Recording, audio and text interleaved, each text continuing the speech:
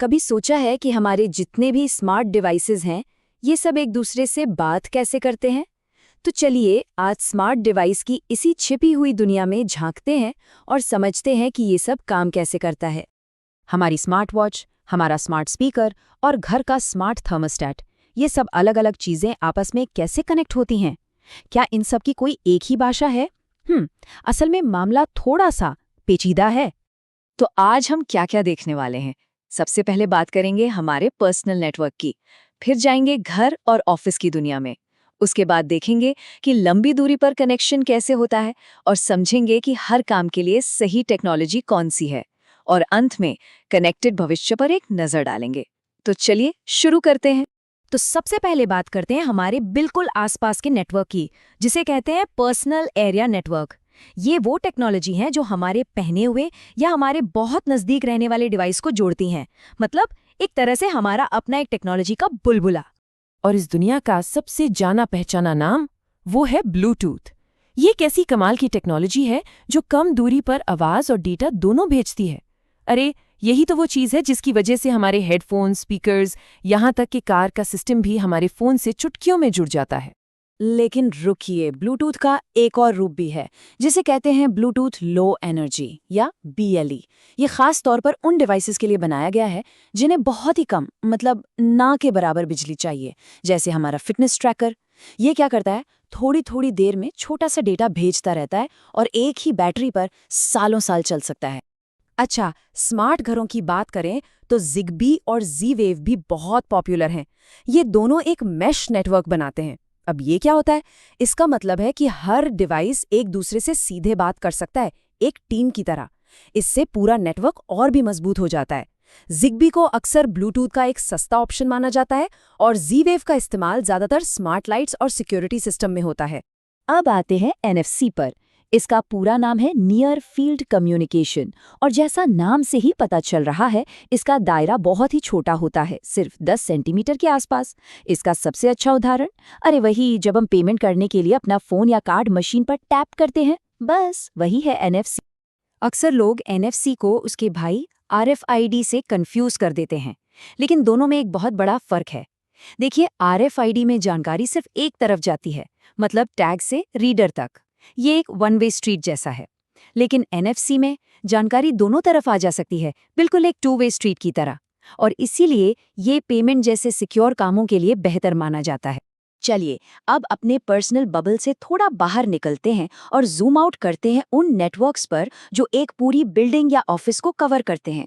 जी हाँ, हम बात कर रहे हैं लोकल एरिया नेटवर्क यानी LAN की। और इस एरिया का किंग कौन है? जाहिर है वाईफाई। इसे तो हम सब जानते हैं। यही तो है जो हमारे घरों और ऑफिस में हाई स्पीड इंटरनेट पहुंचाता है, जिससे हम वीडियो देखने से लेकर ऑनलाइन गेम खेलने तक सब कुछ कर पाते हैं। लेकिन एक प्रॉब्लम है, हमारा नॉर्मल वाईफाई ना बहुत ज़्यादा पावर खाता है, जो ज़्यादातर IoT डिवाइस के लिए ठीक नहीं है। तो इसी मुश्किल को दूर करने के लिए बनाया गया वाईफाई हैलो।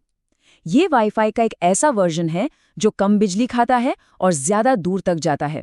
मतलब सेंसर और IoT कंट्रोलर्स के लिए एकदम परफेक्ट। अच्छा, अब एक ऐसी टेक्नोलॉजी की बात करते हैं जो बिल्कुल किसी साइंस फिक्शन मूवी से निकली लगती है, लाईफाई यानी लाइट फिडेलिटी। जरा सोचिए, ये वायरलेस टेक्नोलॉजी डेटा भेजने के लिए रेडियो वेव्स का नहीं, बल्कि LED बल्ब की रोशनी का इस्तेमाल करती है। और जो बात सबसे ज्यादा हैरान करती है वो ये है कि लाईफाई की स्पीड हमारे नॉर्मल वाईफाई से 100 गुना तक ज्यादा हो सकती है। जी हाँ, 100 गुना। जरा कल्पना कीजिए, हमारे कमरे का बल्ब ही हमारा सुपरफास्ट इंटरनेट राउटर बन गया है। कमाल है ना? तो अब हम पहुंच गए हैं अपने सबसे बड़े जूम लेवल पर। ये है वाइड एरिया नेटवर्क यानी WAN, जो डिवाइस को शहरों, देशों और हाँ पूरी दुनिया से जोड़ता है। और इस विशाल नेटवर्क की रीढ़ की हड्डी क्या है? वो है सेल्यूलर टेक्नोलॉजी, वही जो हमारे मोबाइल फोन को चलाती है। इसमें होता क्या है कि पूरे इलाके को छोटे छोटे हिस्सों या सेल्स में बांट दिया जाता है और हर सेल में एक टावर लगा होता है। सिंपल। और ये सेल्यूलर टेक्नोलॉजी तो लगातार बेहतर होती गई है। याद है 2G और 3G ने हमें मोबाइल डेटा और SMS दिया, फिर आया 4G जिसने हमें तेज इंटरनेट की दुनिया दिखाई, और अब अब है 5G, जो अपनी रॉकेट जैसी स्पीड और 0 लैग के साथ लाखों करोड़ों IoT डिवाइस को एक साथ जोड़ने के लिए पूरी तरह तैयार है। लेकिन यहाँ भी एक पेंच है। कुछ IoT डिवाइस, मान लीजिए खेतों में लगे सेंसर्स, उनके लिए तो सेलुलर नेटवर्क भी बहुत ज़्यादा बिजली खाता है। तो इसका क्या इलाज है? इसका इलाज है LPWANs, यानी low power wide area networks. ये लंबी लंबी दूरी तक बहुत ही कम पावर में काम करते हैं। इसके दो बड़े नाम हैं, LoRaWAN और सिगफॉक्स। LoRaWAN स्मार्ट सिटीज और इंडस्ट्रीज के लिए एकदम बढ़िया है।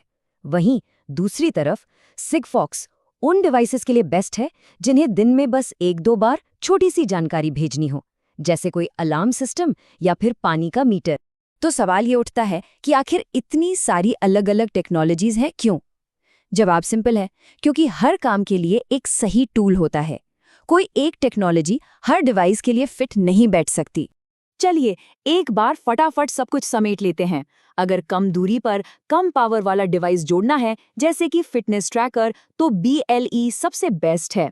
अगर एक घर में हाई स्पीड इंटरनेट चाहिए तो वाईफाई का कोई तोड़ नहीं। और अगर एक पूरे शहर में फैले हुए सेंसर से डेटा लेना है तो LoRaWAN जैसा LPWAN ही सही जवाब है। तो अब हम समझ गए हैं कि कैसे ये सारी अलग अलग वायरलेस भाषाएं मिलकर एक ऐसी दुनिया बना रही हैं जहां हर चीज एक दूसरे से जुड़ी हुई है।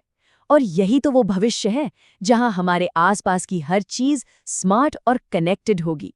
और जैसे जैसे ये नेटवर्क और भी तेज और एक दूसरे से बेहतर तरीके से जुड़ते जाएंगे, ये सोचना बड़ा मजेदार है कि रोजमर्रा की ऐसी कौन सी अगली चीज होगी जो इस बातचीत में शामिल होगी। क्या वो हमारी कुर्सी होगी, हमारे जूते, या फिर कुछ ऐसा जिसके बारे में हमने अभी तक सोचा भी नहीं है? एक बात तो पक्की है, ये भविष्य वाकई में कनेक्टेड होने वाला